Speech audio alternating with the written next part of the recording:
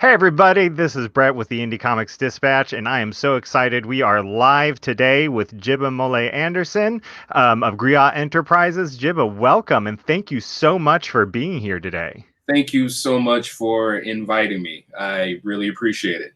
No problem, no problem. I have to admit, and I haven't even told you this yet, you were one of my first people that I thought about doing an interview with because I love your work, but I thought I need a way. He's too big for me. And Oh, so stop. Stop it. so I waited and then I asked you and you were so gracious to agree and I'm so happy you're here today. Well, Um, thank so you. let's start with telling people a little bit about yourself. What's your background? Okay, so as we know, my name is Jiba Molei Anderson. I was born and raised in Detroit, Michigan. My mother is from Liberia, so I'm first generation Liberian on her side, and my dad is from the States. My dad is from the D. And so that whole bicultural, truly being an African American Yeah, nature of my life has been a driving force in the work that I create. that's really cool. That's really cool. And how long have you been creating? If we're going to talk about life wise, Yeah. since Sure. I was 5, I have been a Wow. comic book professional since 1995. Wow, that's awesome. And we'll circle back around in a minute to what your first project was, but since five, man, I think comic books. I think I was probably still tearing up comic books when I was five. Like, so that's awesome. Do you remember your first comic book that you had that was given to you? Oh, most definitely, Yeah. because it was my dad who gave it to me. So I was a little kid, and the show I globbed onto as a little kid was the Batman TV show from 1966. Yeah. Yeah, by that time it was in syndication because I was not born in the 60s. But as a little kid, there was just something about, it wasn't the Dark Knight on the 66 show. No, it was not at all. The curtain backgrounds and Yeah, yeah, yeah. yeah. But that just responded to me right from the jump. I was a big Batman fan, and my pops noticed that. And then one day he came home from work, and he came home with a Batman comic book. Wow. And I remember, I remember the artist was Jim Aparo, one of the classic Batman artists of the Yeah. 70s and whatnot. And I remember that the villain he was facing was Two-Face. And I remember that it was Two-Face because Two-Face was never on the TV show. Oh, yeah, So you're right. yeah, so I was like, oh, whoa, you know what I mean? And whoa, comics. And whoa, just the art form of comics right away just grabbed onto me because even as a very little kid, I knew I loved to draw. Like I just knew it. It was in my bones. It was in my DNA. As I got, my dad's an architect. Okay. But as I got older, I found out that a whole grip of my family, both on both sides, mom and dad, um, are artists and creators. And so, I was born into a creative clan, Mhm. like two creative clans. Like we're so creative that, all of my siblings are professional creatives. Oh, Um, cool. I'm the only one who does comics, but my other siblings, graphic designer slash web designer, photographer, hair and makeup artist, and so it's like if we ever got together, we could create a design creative studio that would just Yeah. be off the meter. But yeah, so I was always surrounded by creativity. never dissuaded by my dreams, because at the age of 10, I knew that I wanted to do comics. Oh, wow. And even at the age of 10, I knew that it wasn't just about that I wanted to draw Batman or the X-Men, or I wanted to work for DC or Marvel, that sort of thing. It's like, no, I wanted to make comics, period. Mm. And I wanted to make my own comics. And so that was always in the back of my mind throughout my schooling, throughout all of my training, my art training, so on and so forth. I knew that at the end of the day, I wanted to make comics, and that was going to be my career. Mm. And I know that's extremely rare for a 10-year-old to know exactly what they want to do. That's what I was just thinking. Yeah. from jump, but I was just that kind of kid. And so now, here doing these interviews and things of that nature, it's like, the question, that question that pops up every so often, what would you tell if you could go back in time and you could tell your teenage self? What would you tell them? Yeah. If I could go back in time and go to the young versions of myself, I would simply tell them, we made it. You know what I mean? Just stick to your guns, and we're going to be fine. That's awesome. That's awesome. I love that. Yeah, I mean, that you knew at 10 and you are literally living your 10-year-old's dream. I love that. I love that. So you now own and produce comics through Griot Enterprises. Let's talk about Griot, by the way. Sorry, Griot. I always do that. That's okay. Griot Enterprises. So let's talk about your titles that you have and what's going on there. Okay, so Griot started, actually, it started with myself and two other creators, most notably Kenji Jumani Marshall, who I have known since high school, literally since high school. He was one of my younger brother's best friends. Oh, and wow.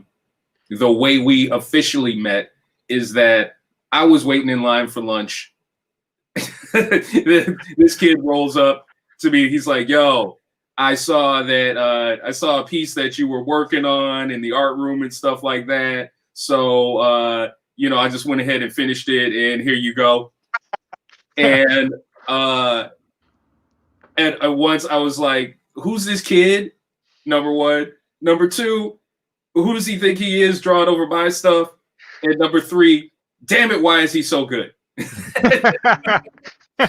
and so friends throughout the years, and in the mid to late 90s, after doing my first independent work, I'm like, okay, it's time for me to really, really get into the game.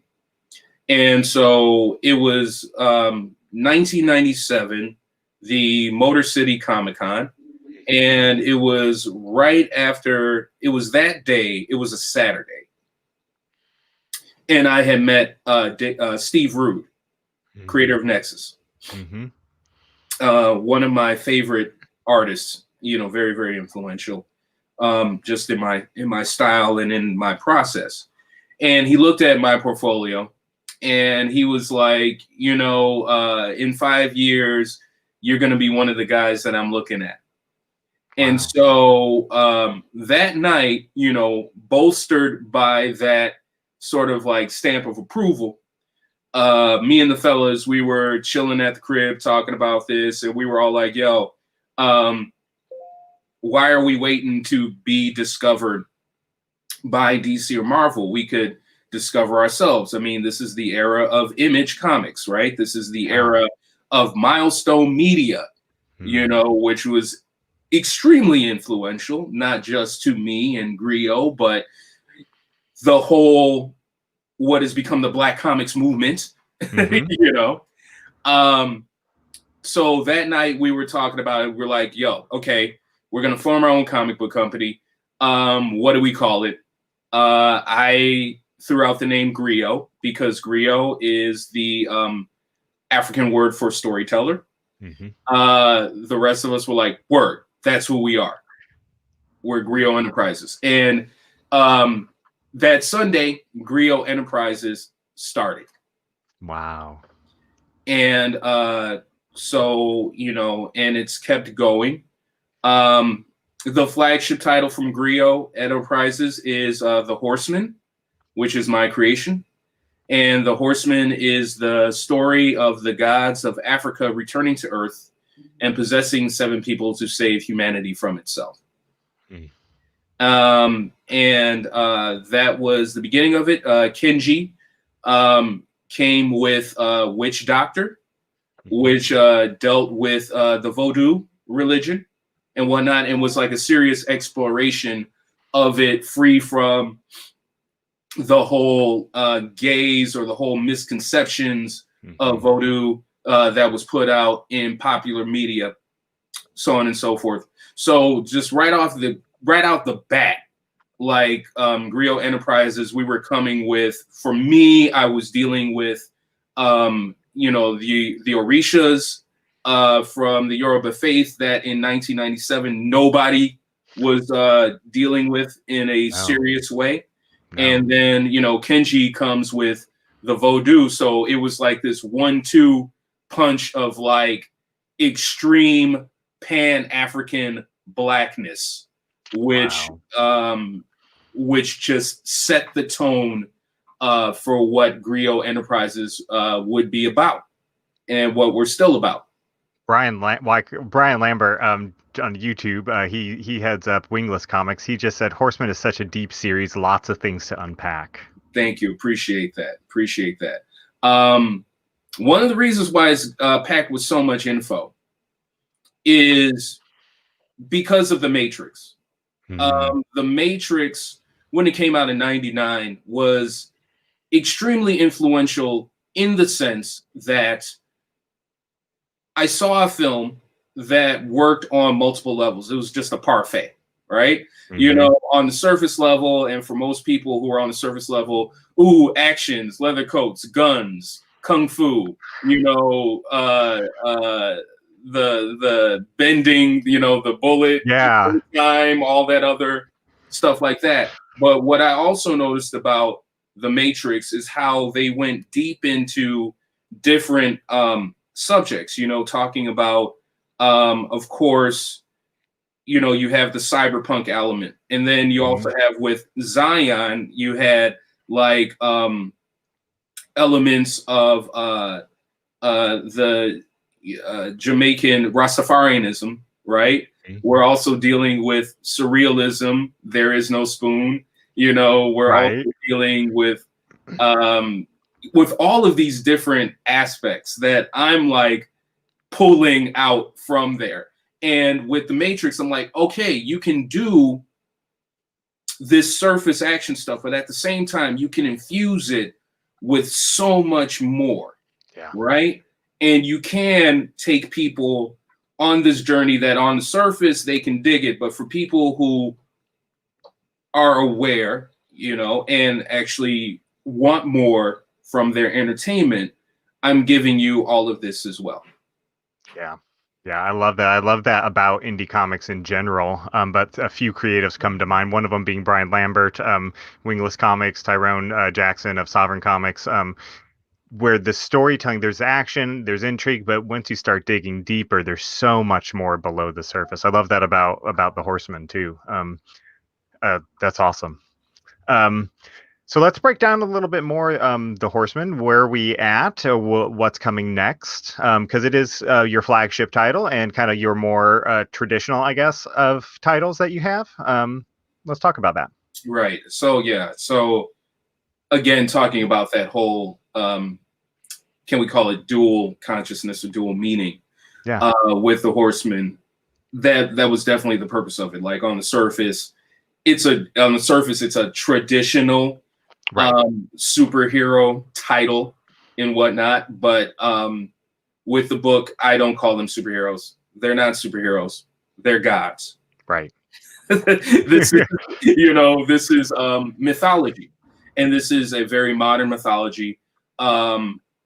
Again, taking a nod from Jack Kirby in particular. I know people want to say Stan Lee and Jack Kirby, but it was really Jack Kirby who brought his love of mythology to comics, and taking those Norse myths and taking Thor and taking it beyond, the historical mythological construct, but infusing it and making it modern with science fiction, so on and so forth, was a huge that was the deciding factor of how the Horsemen would be portrayed.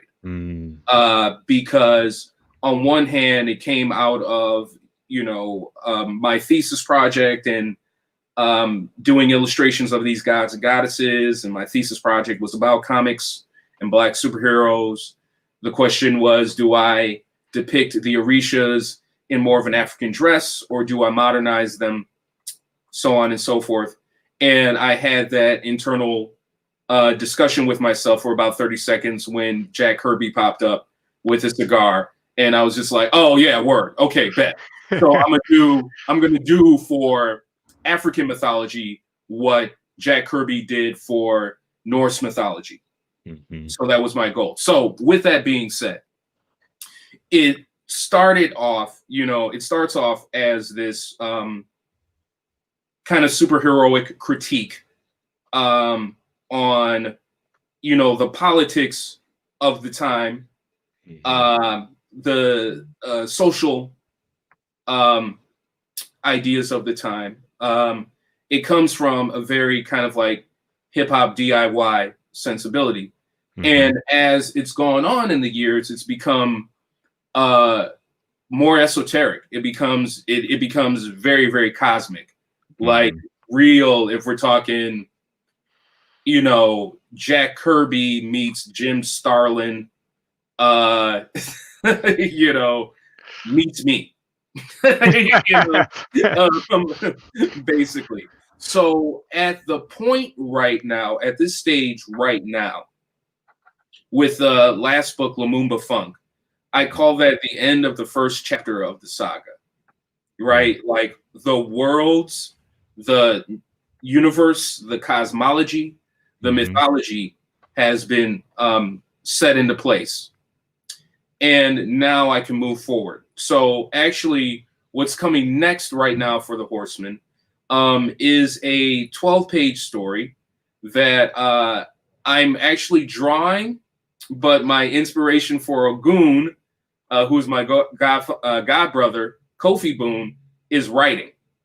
And that is going to be in an anthology called Modern Mythology, which is going to come out in 2021.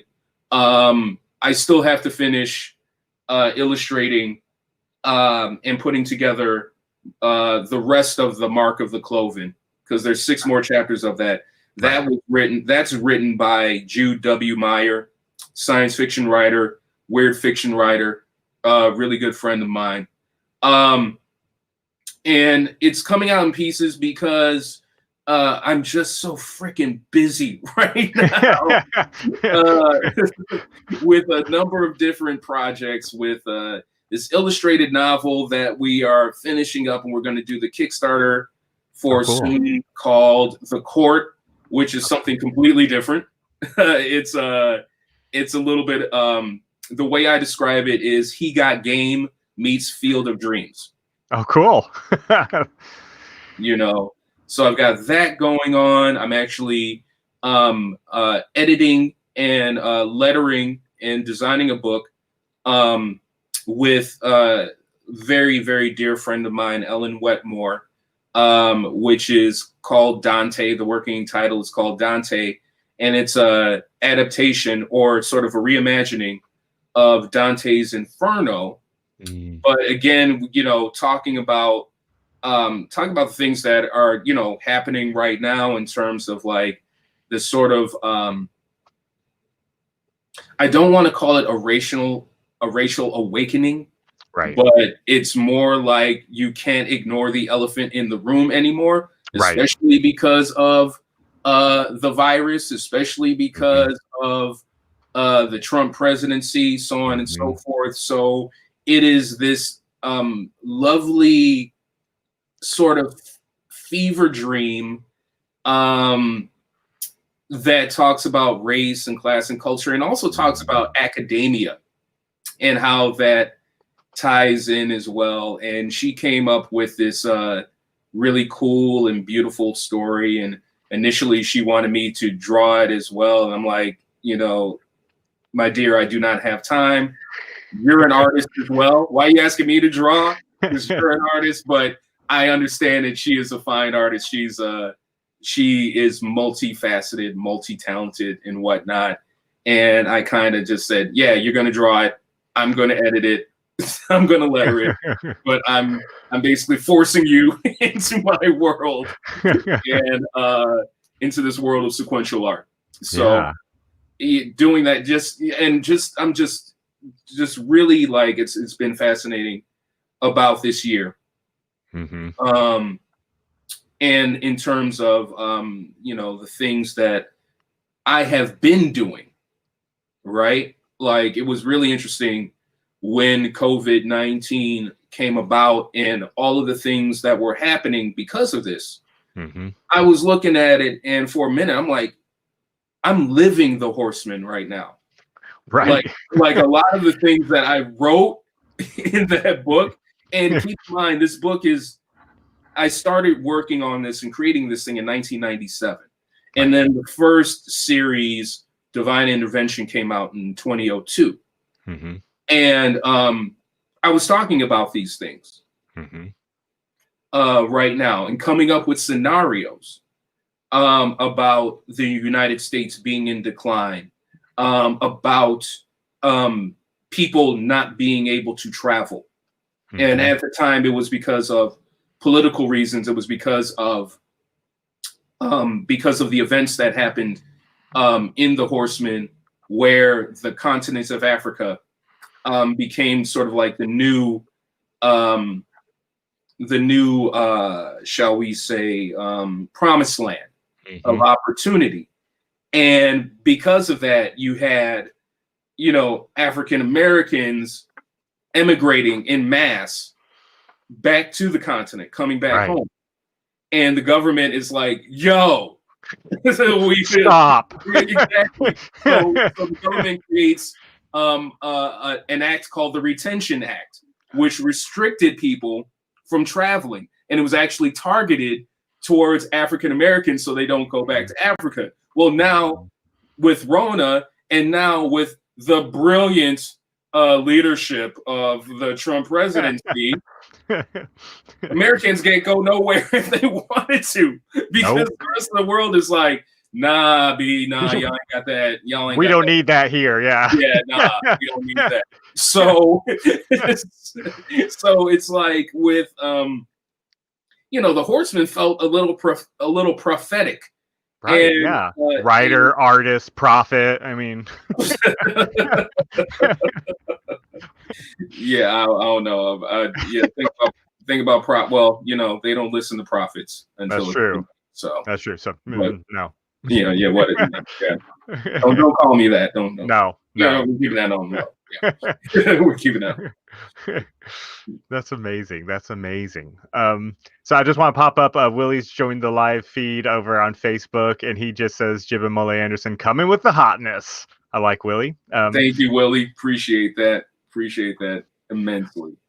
All right. So your other book that's been published, right now, and I'd love if you're out there watching this, Griot has had amazing bundles that you can get for the digital copies, and so you can get caught up. It's easy. Go to their website, buy some books.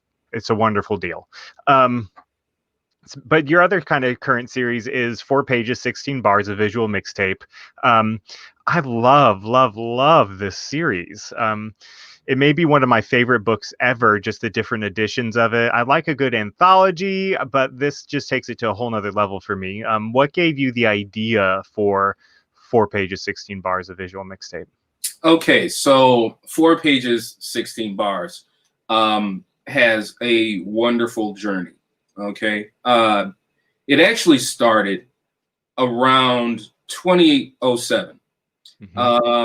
I was actually promoting another book that I was working on with another company. I was actually working with Universal Music Group at the time, and I was working on a graphic novel. I was tapped to be the art director and lead writer on a graphic novel series that actually took hip hop and took hip hop lyrics and turned them into comic book stories. It was actually ahead of the time of this BET series that came out a few years after that kind of did the same thing. But anyway, while I was promoting this, I ran into Sanford Green of Bitterroot fame.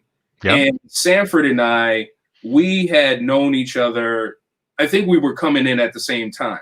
So we had known each other like from the late 90s, early 2000s. And we've always been friendly. We've always been cool. I've always loved his work, so on and so forth, right? And so we were, and at the time also, he was working on a hip hop based project. He was working on a graphic novel with Method Man.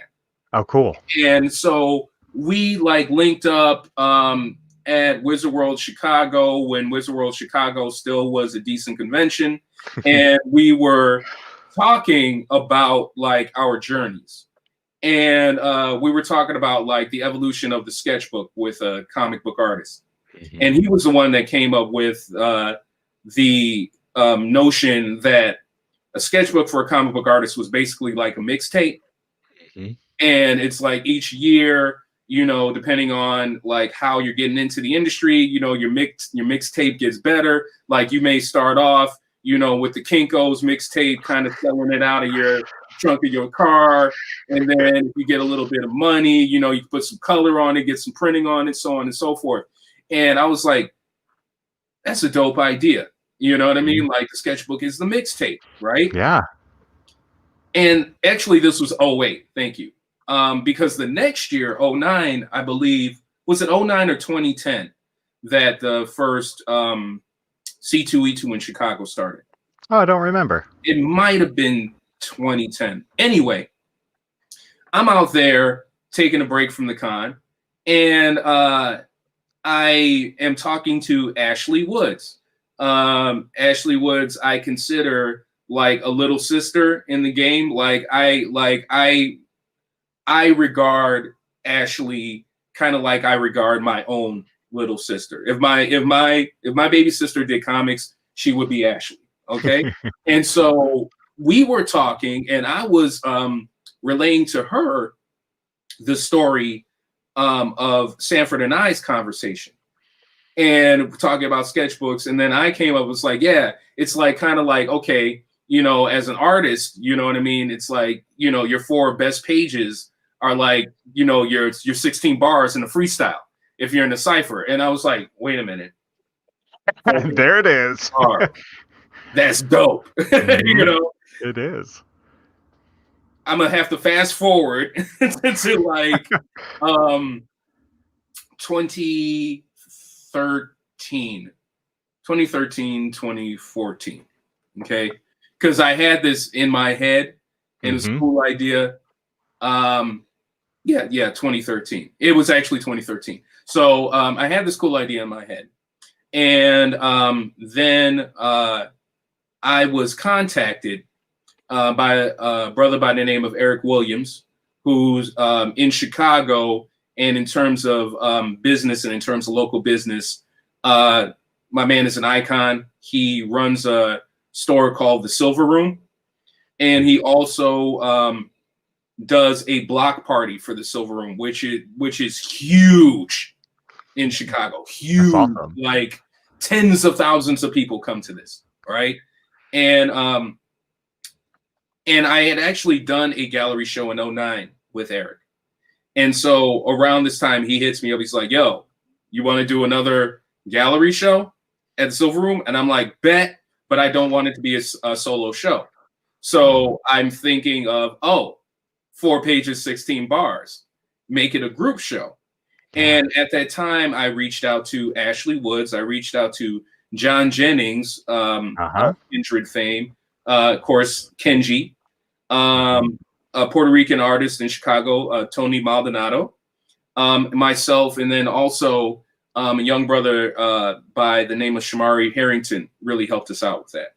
And that gallery show was a big success. It was only supposed to go up for a month. It was so good that the other show that was coming in to replace us, they were like, we can't take this down. Let us incorporate these pieces into their show. So it was really successful. So it was a gallery show. And again, after that, nothing came of it for another 2 years until I actually had an interview, like doing a roundtable interview with a bunch of other African American creators. Again, John was in that meeting. Also, Quinn McGowan, who does Project Wildfire. I believe Hannibal Taboo was in that interview. A couple of other cats. And we were talking about this thing that we had seen online where people were talking about, yo, where's the next milestone? How come we can't come together? Like, you know, we need to do an anthology, blah, blah, blah, blah, blah. How do we do that? And I said that, okay, this is how you do it. First of all, the person that is doing it has to take their ego out of the situation. So you need somebody to organize. You need somebody to collect the work. You need somebody to put everything together and get it out there. And in my mind, I'm like, yeah, since I'm talking about this, I guess I'm going to have to be the one to do it. Yep. And so 4 pages, 16 bars of visual mixtape was birthed from all of those conversations. And that's when the anthology was born. And how I came about that was a little interesting marketing scheme in and of itself. So with the show, I already created the logo for it. And luckily, you know, being in cons and stuff like that, I've always gravitated, of course, to Artist Alley, always wanted to meet other artists, especially artists of color, you know, so on and so forth. And so what I did was, like, I went online, I found like artwork of cats that I wanted to be in it, you know, and actually, if you can share the screen for Griot Enterprises, I'll show you exactly what I did. Okay, so let me go in here. So what I did, if we go in here, is I actually created a gallery, right? I created a gallery of artwork of like a bunch of creators that I respected.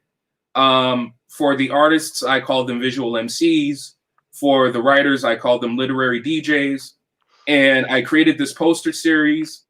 Also, at the time, I created like a sub-publishing group called the Blaxis, if you will. You know, sort of like it's an axis of African-American creators. Yeah. And creators of color. And I did these posters, and I Facebook bombed with these posters. And at the same time, I went and Facebook messaged all of these creators, and I just had a cryptic message of Agent so-and-so, you have been activated. And so what happened is everybody was like, wait, what is this? Like, what the fuck is this? Like, what's going on? Like, what's happening? You know, having people responding to it. And that's when I told them the pitch, what was going on, asked them if they would be down. And so that's how that whole Megillah started. That's really cool. I love all that. And just scrolling through all the different art and all the different characters that have been featured. This is why I love that series. This is why it's just, it's awesome. I love it. I always recommend it to people who are wanting to get into indie comics, particularly Black indie comics. I said, start here. You get the best of the best. I mean, it really is. And that's exactly why I created it. I created it as a response to we don't know, where are you guys? What's going on? We can't find you. I'm like, you're right here. Yeah. And and again, the whole point of 4 pages, 16 bars is that it's not about me. It's not just about me. It's about all of these creators. I look at the Black comics movement the same way I look at hip hop. You know what I mean? It's a culture, and it's a global culture. You know, it's not limited to one region in the United States. It's not limited to one country in the world, No. because you have these creators, you know, they're Puerto Rican, you know what I mean? You've got them in the West Indies, you know, you definitely have a comic book scene in Nigeria and South Oh Africa. yeah, And huge in Nigeria right yes, now. All so sorts of many, great stuff. right, so many spots. And I liken it a lot to also the Harlem Renaissance, because when I was when I was a teenager coming up, I thought to myself, like, man, I would love to be part of an art movement like the Harlem Renaissance and stuff like that. And, you know, a lot of my friends growing up were artists, you know, they're artists and writers and actors and singers and dancers and DJs and MCs and stuff like that. I'm like, man, I know so many people, like we can have our own art movement and stuff like that. So, you know, 4 pages, 16 bars is sort of like that realization of that art movement. And also a situation for other creators of color to see that they're not alone, you know, to see that they're not creating in a vacuum. And also for it to be a little bit humbling as well. It's like, you ain't the first brother to do this. You ain't the first sister to do this. Right. Like, we are part of a tradition that goes back to the beginning of the comic book industry. Even before that, that goes back to, you know, cartoonists and whatnot. You know, we are the scions, the children of the creator of Crazy Cat, whose name is I can't believe his name is escaping me right now. But also like artists like Jackie Orms and Matt Baker. You know, we are the realization of all Negro comics that came out in the 40s, right? Yeah. We are, you know, George Harriman. George Harriman, yes. I knew I had a note of it somewhere. Thank you, George Harriman. You know what I mean? And and also, as you know, I continue to do these for these anthologies. We also talk about the history of it as well, you know, because there was, you know, there have been brothers and sisters in the comic book industry since the 70s, you know what I mean, doing independent works and popping it off, you know. In the 80s, you know, we had cats like Turtel Only, you know, doing stuff like Malcolm 10 and Sister Girl and stuff like that. You know, we have books like Numidian Force, like trying to get it out there. And it was really the Sims Brothers' Brother Man that really exploded the whole genre. Yep. You know, that really. I have my Brother Man #1 sitting on my shelf up there. Exactly. You know, I consider Brother Man, Milestone, and the book Tribe kind of like the holy trinity of the modern Black comics movement. Yeah.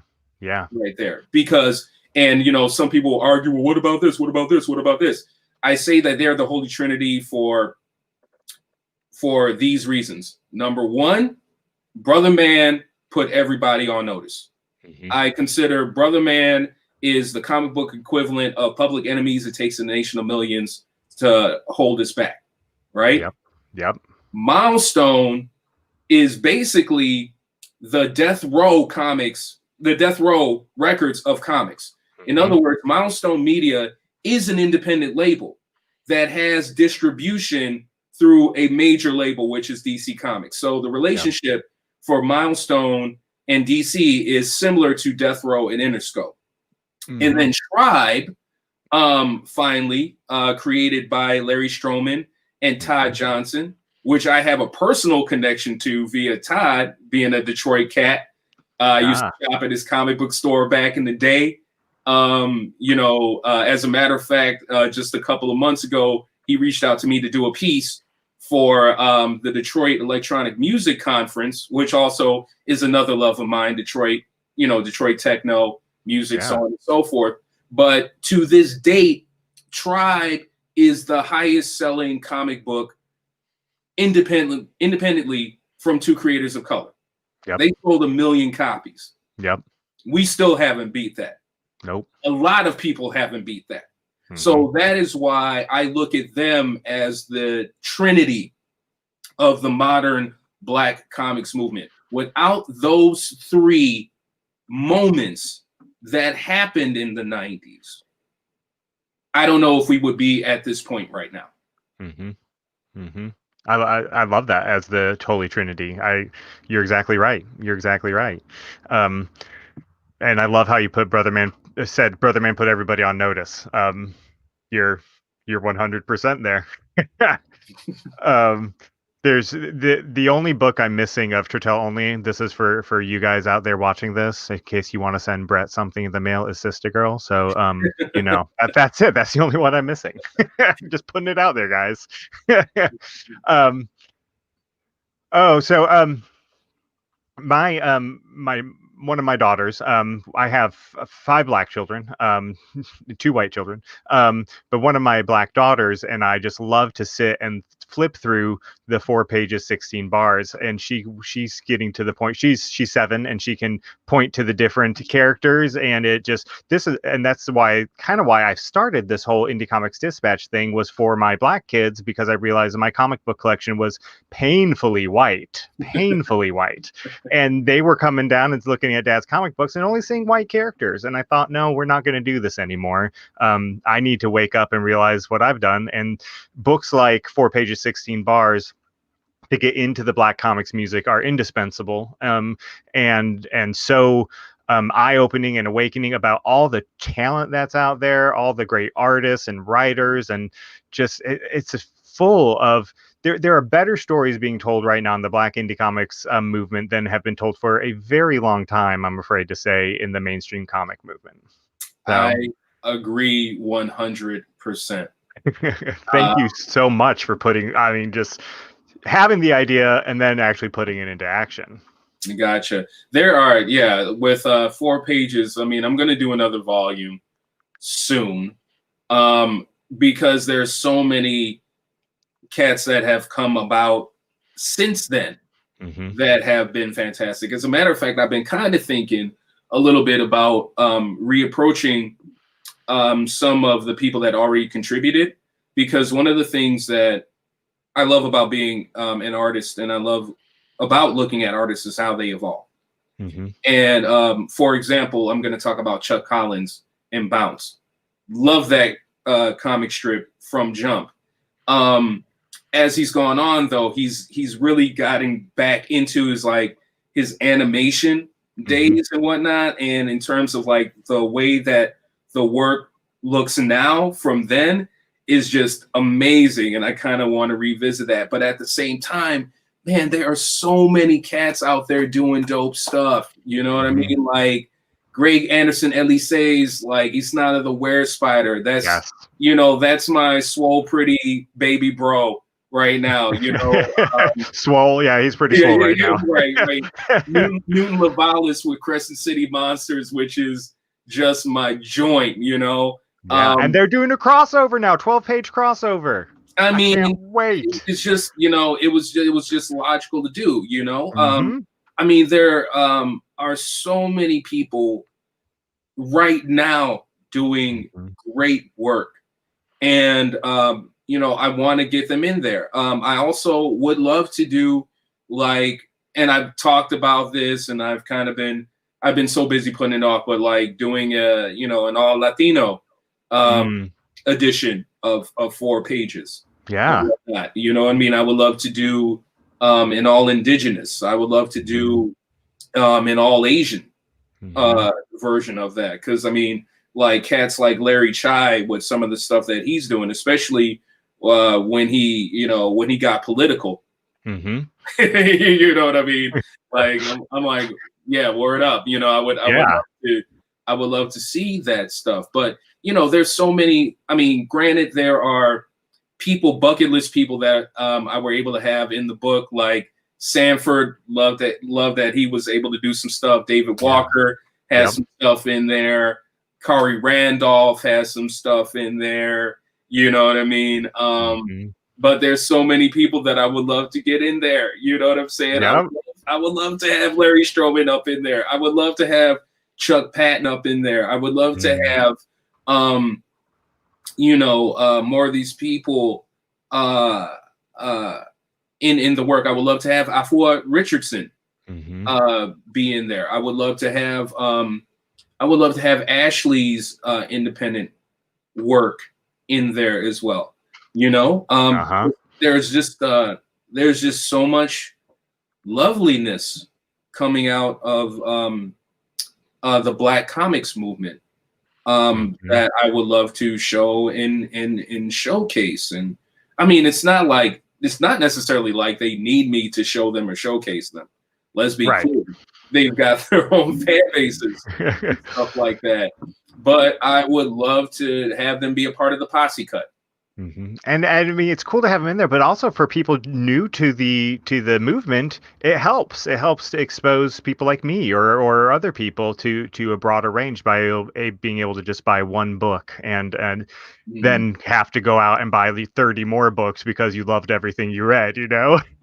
Right, right. And and that's what was purposeful Yeah. about 4 pages. I wanted it to, again, it's a mixtape. I wanted it Yeah. to be a sampler. I like the fact that it varies. There are what I like to call full lengths. You know what I mean? There are Mhm. singles. There's a gallery component. In terms of putting putting the book together, the inspiration for how the book is laid out is heavy metal, Mm. where you would see exactly that same thing. You'd see like either a single story or stories that will continue. You definitely have the articles. You definitely have the gallery where it's just art being shown. And that's what I definitely wanted to do with this series. Mhm. And I'm glad that I'm glad that that vision of the anthology manifested. Yeah, yeah. Me too, personally.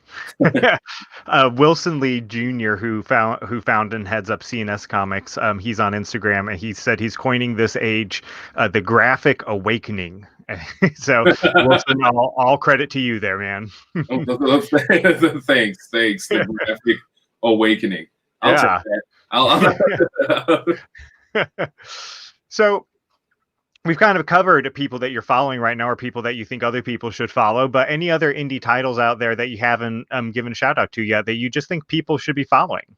Well, I mean, I think already, like I said, Crescent City Monsters, I know people are following it. Definitely Hmm. people are following Bitterroot, Yep. which I love. People are following Excellence. People are following It's None of the Were Spider. There is a new piece that David Walker and who I like to call the new artistic Mac, Hmm. which, by the way, is his last name, Sean Mac. No, Sean Hill. Sean Hill. Sean, I'm thinking yeah, of the other Mac. It's Sean yeah, Mac has his own comic book company, but Sean Hill, they have a Western book called The Hated, yeah. which It is just shipped from Kickstarter. Yeah, I got my yeah, copy of it. which is just lovely. Um, and no, there's just so many things popping up. You know what I mean? Hmm. There's so many things popping up. Uh, so many things on the top of so many things that I can't even rattle off all of them. Yeah, you know yeah. that are happening right now, and it's a beautiful thing. Hmm. One of the things that I would like to address a little bit is this whole notion still that I see with a lot of cats who need to compare themselves to DC and Marvel, Hmm. or who think that DC and Marvel is the end all be all. Hmm. Um, at this stage of the game, uh, you are better off making your own and Yeah. making your own mark in that. Hmm. In terms of, you're trying to go toe to toe and trying to topple the corporate too, you're not going to do it. Number one, DC Comics has been around since 1933. Hmm. Marvel, in its earliest incarnation of Timely Comics, Right. been around since 1941. Hmm. You don't have those decades of market Yeah. saturation. If you're not owned by Disney and AT&T, you're probably not going to topple the big two. Exactly. And that's another thing. You ain't got, you don't have the money Yep. for it. And also like the whole thing of monthly comics for independence, it doesn't Yeah. really fly. It's not an economically sustainable model. No. Yeah. And then finally, also with DC and Marvel, it's like, I mean, no slight to it. We all read DC and Marvel. You know what I Right. mean? It's like they're the McDonald's and Burger King of comics. Like we all read that, right? And Yep. there's nothing wrong with that.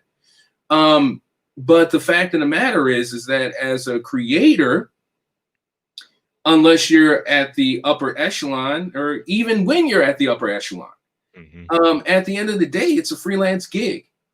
It's a Yeah. check. It's not Yeah. job security. You know No. what I'm saying? Yeah. Again, unless you're at the upper echelon, and it's very small to get into. And Mhm. so, my thing is that why chase that carrot Mhm. when you can build your own garden Mhm. and eat And your own and vegetables? David Crownson, who was creative here at Tubman Demon Slayer, I had him on the show, and he was like this close to having a deal with, I think it was DC, and it fell apart because DC didn't think they would like people audience would like to see black people killing white people, but then also just all the demands that they were putting on it. If you want to own your creation, don't compare yourself to the big two. Don't try to go that route. Right, exactly. It was interesting. Some time ago, I had a discussion with my brother, Hmm. and he asked me, or one of my brothers, because I got two of them. So my younger brother, and he asked me like, "Yo, why did you never try to submit to the corporate too?" And I honestly told him it was like out of fear of rejection, and I did Hmm. not want to be rejected by someone that didn't get what I was trying to do. Hmm. And then on top of that, in addition to that, it's a very insular group. Hmm. And I'm saying that in the nicest way possible. It's very, very insular. Hmm. It is all about who you know, to get up in there. It is not a meritocracy. Hmm. Despite the all of the how to draw books and like breaking in the advice, they're like, oh yeah, you just work on your portfolio, and if the work is good enough, they'll hire you. Nope. That's bullshit. Yep. Yep. You know what I mean? That's bullshit. So, that fear of rejection, what that really meant was it's like, I'm not going to have anybody tell me what I can and cannot do, what I can and cannot publish. I'm not going to have this entity tell me that I cannot be a comic book creator simply because I don't know. The sushi that they ate didn't agree with them, so on and so forth. Right. So, like, that fear forced me to forge my own identity and Hmm. forge my own path, and if I may take a nod from the corporate two in DC, it was my Green Lantern moment. You know what I mean? Having the Hmm. ability to overcome great fear, Hmm. and through the strength of will, being able to create this entity, um, which is Griot Enterprises. I love that. I love that. Um, So usually we get to the advice question later towards the end, but you basically just spouted off a ton of great advice. This is the master's class with Jiba Molei Anderson, folks. um, so I said this in the interview questions I sent you ahead of time. I usually love this next question, but I feel like you've already done all the crossovers. In 4 pages, 16 bars of visual mixtape Union, which features the Horsemen.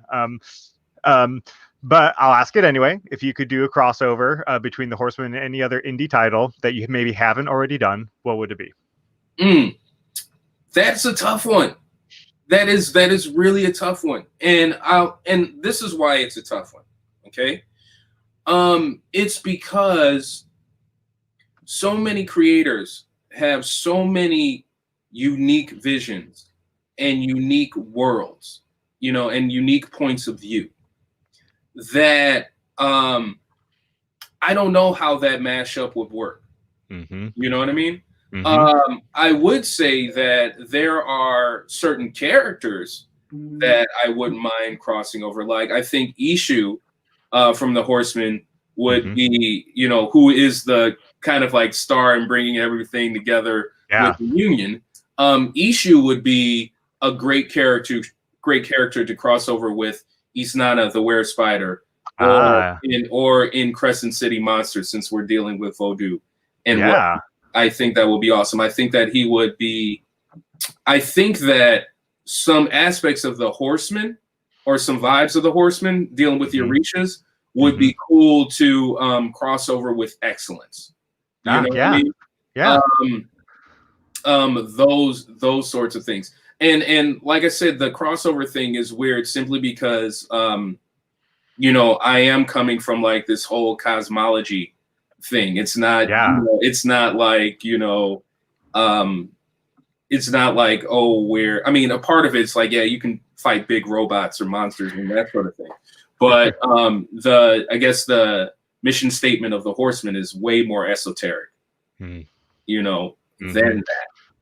I do this thing every now and then where I take two indie characters and I kind of do what I call indie comic throwdown, like who would win. And I haven't posted it yet, but I actually have one in my phone right now for the brother from Jay Kelly versus Ichu. Do you know the brother at all? Oh yeah, definitely. Yeah, I know the brother. Yeah, that'd be fun. Yeah, it would be. Yeah, I think the Ishu and the brother would be fun. I did have like a little fantasy because somebody had posted up like, what will your indie characters do like with DC or Marvel characters? And I thought about that for a hot second, and I was like, okay, what would be interesting is like a Horseman JLA crossover, because I could see Ishu kind of like fronting on Batman. It's like, oh, you think you're the detective and stuff like that. I could see Yamaya and Aquaman interacting. I could see Oshun and Green Lantern interacting. Not a crossover in the sense that they're fighting monsters together, but also like it's like more like the Horseman coming in and kind of like looking at the Justice League. It's like, oh, okay, y'all do this. Okay, that's cool. What about this? You know what I mean? Like, oh yeah, this is quaint. Yeah, kind of sort of like, that's cool. That's cool. Like I could see like if the Horsemen crossed over with the Avengers, I could see Thor and Shango totally kicking it because they're thunder gods. I could also see them having a little bit of like a friendly rivalry. Yeah. Because of those things. You know what I mean? Uh-huh. And I look at it that way because, again, it's a situation that I'm not looking. Don't get me wrong. I love DC characters. I love Marvel characters, but I am not in awe of them anymore. I am not genuflecting at their altar anymore. I know that my characters are just as viable and just as resonant that those characters are. If I had the economics and I had the resources, you know what I mean? In an alternate universe, if equity was a real thing, Griot Enterprises could stand on toe with DC or Marvel, so on and so forth. So when I look at like my characters interacting with other characters, it is from a place of equality and a place of even standing, as opposed to me saying like, oh gosh, I hope that you accept, like, nah. Right. Like, nah, I'm already accepted. So you just kind of recognize. I love all that. I love that. Um, Gerald Boney, and by the way, our Instagram feed just ended. So hopefully, if you were watching on Instagram, you moved over. IGTV gives us an hour, and that was it. So we will wrap it up in a couple minutes here, but wanted to get a couple questions in here. Gerald Boney on YouTube says, any interest in animating the Horsemen? Oh, Gerald. I am. I can't speak too much on things right now. Okay. As they coalesce, but yes. All right, guys, you heard it. And Yes. a cryptic yes. Right. And let's just say that a process has begun. That's amazing. That's amazing. Wilson Lee Jr. from CNS, who was commenting a lot on Instagram, animated his first issue of Tales of the Stars about a character named Talasha, and it's just amazing. I think that's kind of the next indie wave is indie animation. I see it coming more and more on the horizon there. Not only that, but because of right now, Black is in. Honestly, it's been building up, but definitely now with all the content we see, of course, people will look to Black Panther, and definitely giving shout out to Black Panther, Chadwick Boseman, rest in honor. Thank you, brother, for bringing T'Challa to life.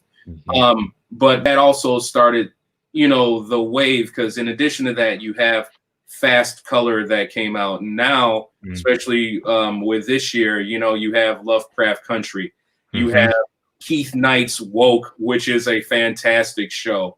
You had Project Power come out on Netflix right now, especially with the Rona. Especially with content creators right now, cats are looking for content.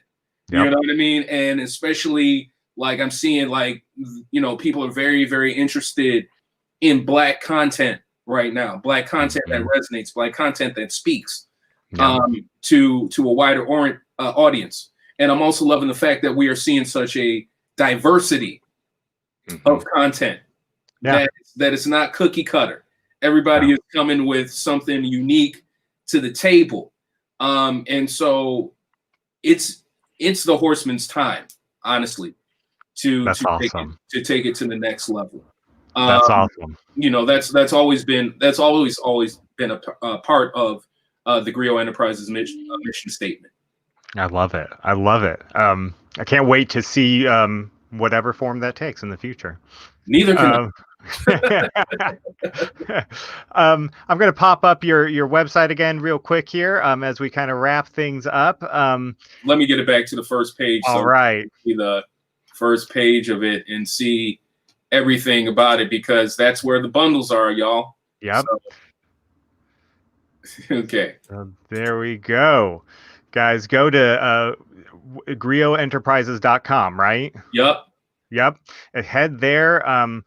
Jiba is on social media. You can find him, I know, on Facebook and Instagram at least. Do you have a Twitter or anything like that? I do. I have a Twitter account. It's Jazz Intellect, JAZINTELLECT. That's my handle over there. I don't do the Twitter that much, but I do have the account. Yeah. Awesome. Guys, if you haven't headed over to Griot Enterprises and gotten those bundles, do it. I can't tell you enough how influential it's been in my journey and my kids' journey, really, into Black comics. And, you can get some great bundles there. You can also order them in print, correct? Yes. For you diehard physical copy fans out there, you can get them there and just learn all about Griot Enterprises, the Horsemen, 4 pages, 16 bars, all that is there. Head on over to griotenterprises.com and get it there. Jiba, thank you so much for being here today. Like I've said before, you are one of my heroes in this and have made it so easy to get into this with the 4 pages, 16 bar series. And thank you for taking the time out of your very busy day to be here and talk. Well, thank you so much for inviting me. It was a pleasure. Great, guys. We have a interview tomorrow with Milton J. Davis, author of Chenga. That the new comic book Chenga and the Jade Obelisk was based on. It's based on a novel by Milton Davis, and so he'll be on here tomorrow talking with us at 3 p.m. By the way, mad shout out to Milton and to Jason Reeves of 133 Art and also BIC Distribution. Check them out. I'm just going to give a couple shout outs for that. So yeah, definitely check out Milton and Jason Reeves stuff. Also want to give a quick little shout out to Dorothy Jean. Check out Spirit's Destiny. As well. I could go on forever to check out everybody else's stuff, but I just wanted to give a little bit of love to a couple of other people. If you're in Philly, go to Amalgam Comics and Coffee Shop. There's so much happening in Black comics, and we're taking over, y'all. We're here. We've been here, and we're gonna stay here. Yep. And I call back to my friend again, Brian Lambert from Wingless Comics. I had him on the other night. We're doing a series along with Head Nerds in Charge about diversity in comics, and Brian joined me to talk about the representation of Black men in mainstream comics. And one of the questions I asked him is, what stories are we missing about Black men in comics? And we'll cover Black women at a later date too with another guest who's a Black woman. But he said all of them. We're missing all the stories because for so many centuries it's just been about white men. And so if you have a story, if you're a Black creator and you have a story, tell it. Exactly. Tell it. Everybody, thank you so much for joining us. Thank you to Jiba, Molei, Anderson. Once again, griotenterprises.com. Go buy the books. We'll see you next time. Peace.